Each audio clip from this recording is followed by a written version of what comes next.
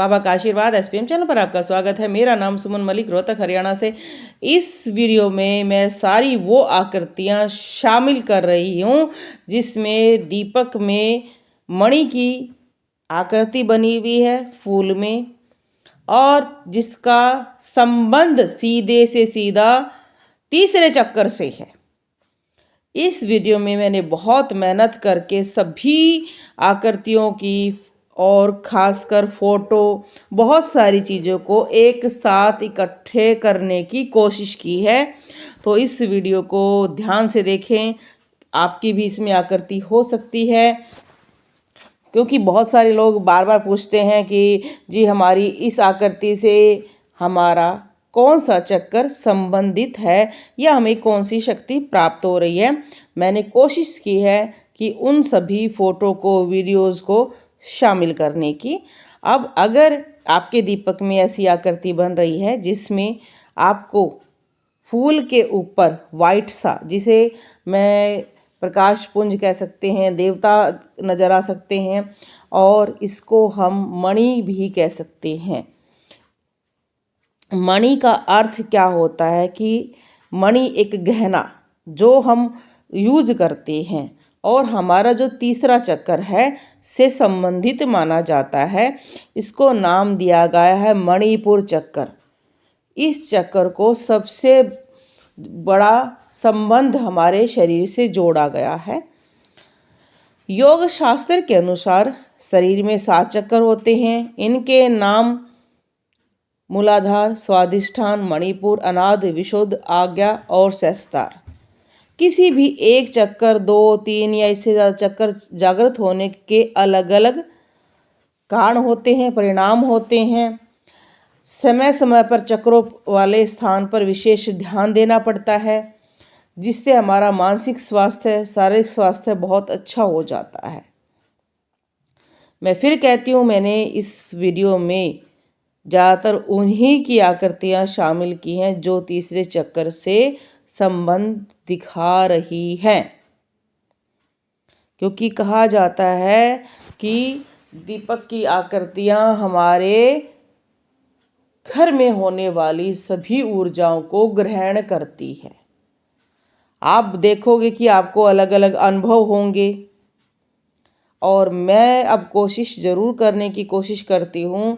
आप मुझे अच्छे अच्छे मेरे इस वीडियो पर कमेंट करें, जो आप नया कुछ पूछना चाहें। तो मणि का मतलब गहना है, पुर का मतलब स्थान होता है। तो दीपक के ऐसे स्थान पर ऐसा एक वाइट चीज़ बनना, मणि की तरह बनना, ये एक हमें प्रतिनिधि करता है हमारे जुड़ने वाली शक्तियों का। और ये हर किसी की दीपक की आकृति में जल्दी से नहीं बनता है, ठीक है ना। जिनका बनता जा रहा है उनको ही पता है।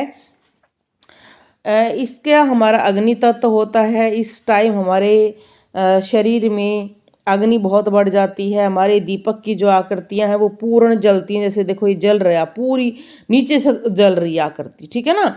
और आकृति में जो कलर्स बहुत ज़्यादा बढ़ जाते हैं, अग्नि तत्व का प्रधान हो जाता है। कई लोग हमें गुस्से की शिकायत करते हैं। इस चक्कर के देवता विष्णु और लक्ष्मी होती हैं, इसलिए कई बार हमारी आकृति बहुत ही सुंदर भी बनती है, बहुत ही प्यारी बनती है। उसमें अलग अलग हमें रूप नज़र आते हैं। जैसे इस आकृति को अगर हम ध्यान से देखेंगे तो इसके अंदर ओम भी बना हुआ है, मणि भी बनी हुई है, मुख भी बना हुआ है, बहुत सारी चीज़ें एक साथ हैं इसमें। और यह चक्कर हमारा मणिपुर चक्कर जब जागृत होता है तो देखो इसमें हमें बहुत चीज़ों का एक ऐसा प्रभाव दिखता है। जैसे लाल कलर, देखो इस फूल में बिल्कुल लाल पंखुड़ियाँ और मणि बनी हुई है। इस चक्कर के देवता विष्णु और लक्ष्मी होते हैं। नाभि के मूल स्थित रक्त वर्ण का यह चक्कर होता है। इसका मणिपुर नाम तीसरा चक्कर है। इसमें 10 कमल पंखुड़ियों से युक्त होता है, इसलिए ज़्यादातर जो आपकी आकृतियाँ हैं उन पर फूल बनेगा वो 10 कमल का होगा। और इसमें त्रिभुज भी बन सकता है। और इसमें आप देख सकते हैं इसके देवता सूर्य हैं, इसलिए आपकी जो दीपक की बाती है वो पूरी जलनी शुरू हो जाती है, रेड कलर बनना ज़्यादा शुरू हो जाता है। और इसमें हमारे जीवन में भी प्रभाव होते हैं। बहुत सारे लोग पेट में दर्द होने की शिकायत करते हैं, गुस्सा बढ़ने की शिकायत करते हैं, क्योंकि चक्कर जागृत करना एक ऐसा कार्य है जिसके लिए हमें बहुत सारे प्रयास करने होते हैं। और अगर आप इन पर कार्य नहीं करते हैं, यहीं पर आप साधना छोड़ देते हैं, तो आपके चक्कर यहीं पर रुक जाएंगे और फिर से आपको प्रयास करना पड़ेगा। बहुत सारे लोग कहते हैं जी हमें पहले सब कुछ पता चलता था, अब नहीं पता चलता है। क्या कारण है? वो यही कारण है कि जब शक्तियाँ आ रही थी, थोड़े से में ही आप रुक गए। जिस व्यक्ति की चेतना बहुत जागृत हो जाती है, इस समय आप एक कर्मयोगी की तरह काम करना शुरू कर देते हैं।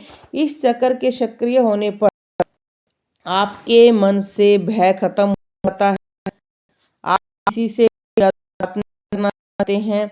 यह चक्र हमें आत्म शक्ति प्रदान करता है, हमारे अंदर सिद्धियां प्राप्त करने की इच्छा जागृत होती है और हम दूसरों को अपने साथ बिठाकर भक्ति करने में विश्वास करना शुरू कर देते हैं।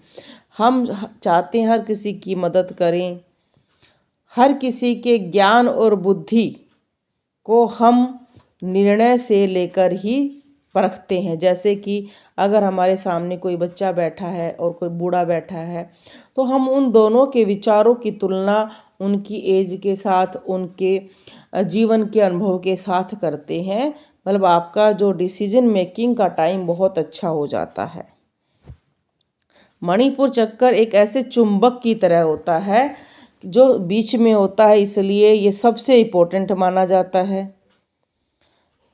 कई बार पाचन तंत्र में गड़बड़ी से ये चक्कर ठीक कर देता है। जैसे जिनको ज़्यादातर पेट की बीमारियां रहती हैं, और जब ये चक्कर एक्टिव होता है तो एक बार शुरू में तो हमें कुछ महसूस होता है, बाद में ये आपको बिल्कुल एक अच्छे स्वास्थ्य का मालिक बना देता है।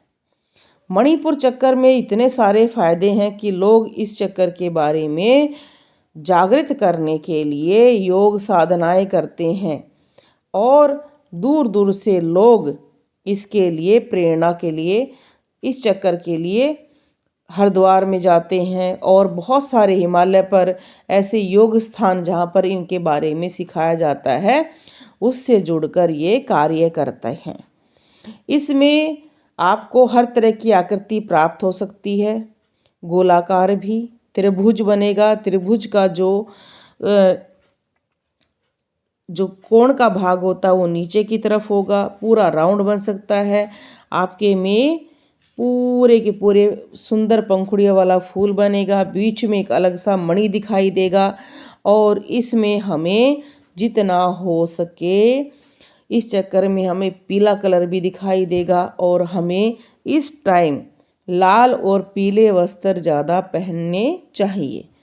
बहुत सारे लोग कहते हैं कि हमारी जो बीमारियां हैं उनमें भी ये जब चक्कर हम जागृत करते हैं तो उसका स्वास्थ्य एक बार तो शुरू में बिगड़ता है, क्योंकि जब कोई कार्य कर रहे हैं तो उस पर बहुत ज़्यादा काम होता है, तो वो हमें कष्ट देता है। बाद में वो संतुलित होकर हमें बहुत ही अच्छा प्रभाव देना शुरू कर देता है।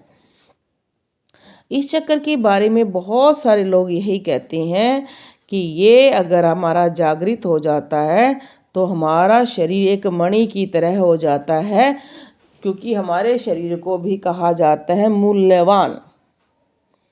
हमारा शरीर इतना मूल्यवान है कि उसकी एक भी अंग खरीदने अगर हम चलते हैं तो उसका हम कोई भी पूरा पैसा नहीं चुका सकते हैं। ऐसे ही इस चक्कर को कहते हैं कि ये एक मणि है। ये जागृत होने से हमारा आत्मविश्वास बढ़ता है, हमारे जीवन में आनंद बढ़ता है, बुद्धि बढ़ती है, और हम दूसरों के प्रति भी बहुत ज़्यादा नरम हो जाते हैं। इसलिए इसमें दीपक की जो आकृतियां हैं उनमें वाइट बाग जरूर बनेगा।